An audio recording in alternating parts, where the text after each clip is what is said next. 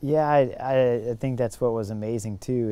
Is when I got back home, you have the big trophy from the Vuelta, and I got other trophies laying around the house in boxes and different places and stuff. And as you start walking around, you see the trophies, and they're going from basically '96 all the way to 2013, and then the names of the races on the trophies are all have a bit of history in the cycling sport world in the U.S. and of course in Europe too, and so it gets pretty meaningful when you look at it as the spans as the 20-year span is. It's pretty big. So it's normally you hear about a rider, he rode good for 4 years, or he was really hot for 2 years, or he had one golden year or something like that. And of course I got a lot of results in the US in the early part where I wasn't getting results in Europe, but now of course the results are coming in Europe, and so it's a special feeling to accomplish such a goal so late in the career too, because you always continue racing with the ideal that you want to win, and you haven't reached your peak, and you haven't reached your best, and you haven't won your best race yet. And even after winning the Vuelta last year, it's not like just because I'm 42 turning 43 this year, it's not like I still want to win. And so you still believe you can find better form and better fitness, and you still believe you can find a better win.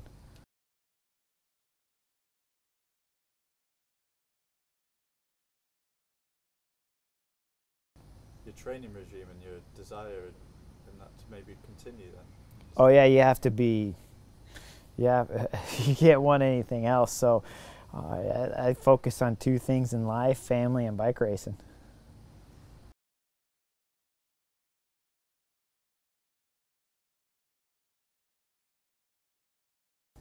In general, I mean, some big changes, some not big changes. It depends on how you look at it.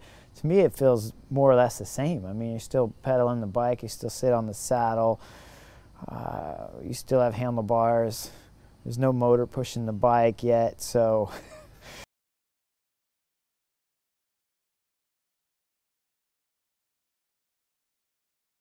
Yeah, I don't know if I've really noticed a difference. I think it's always been really fast on the descents.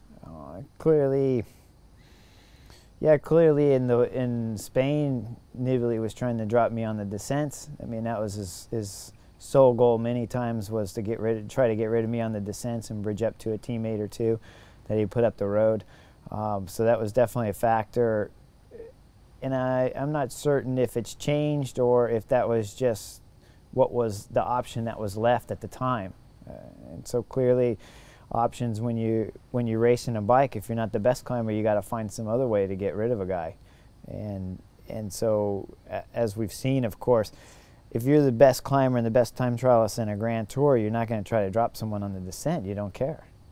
And so I'm not certain if it's changed or if it's always been there, but clearly we hear about it more. But maybe we hear about it more because we hear about more information. You have to remember 20 years ago, there wasn't the internet. We're getting everything from the magazine that comes 2 months late. And so, of course, in the magazine, they can't write about everything, and they probably didn't see everything because they don't even see everything now with the cameras. And so I'm not certain it's any different. I just think it's more more news because you have more news available.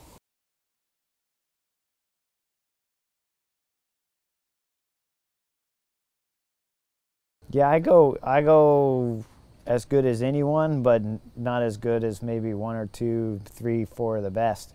But nobody's going to get rid of me unless, of course, it's Sagan or something like that. That guy's an incredible descender, but nobody stays with him anyway. So who does? Aside from Sagan, of course, Cunego here on Lampre-Merida is an amazing descender. I have had him drop me before, but he dropped 3 other guys with when there wasn't just me too. So there's a couple exceptions, but in general, there's not anybody that when we start the descent that I worry about that, oh, he's in front of me, it's going to be a problem, with the exception of probably those 2 riders, the only ones I can pull off the top of my head. Back in the day, everyone talked about Savidelli. That was amazing descender, and he was amazing descender, but he crashed a lot.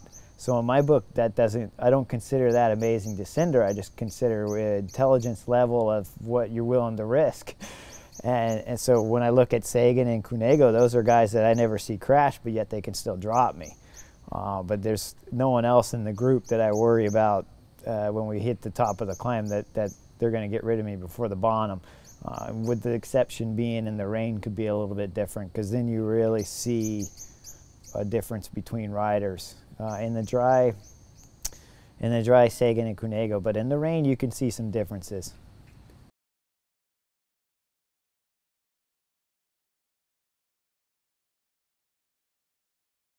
I think when you look at riders, the main problem is if you do the Tour, it's in the middle of the season, and so you don't have much time to prepare for the Vuelta afterwards, to recover and prepare for the Vuelta afterwards, and you don't have, if you do the Giro, you don't have the time to prepare for the Tour, which is your main focus.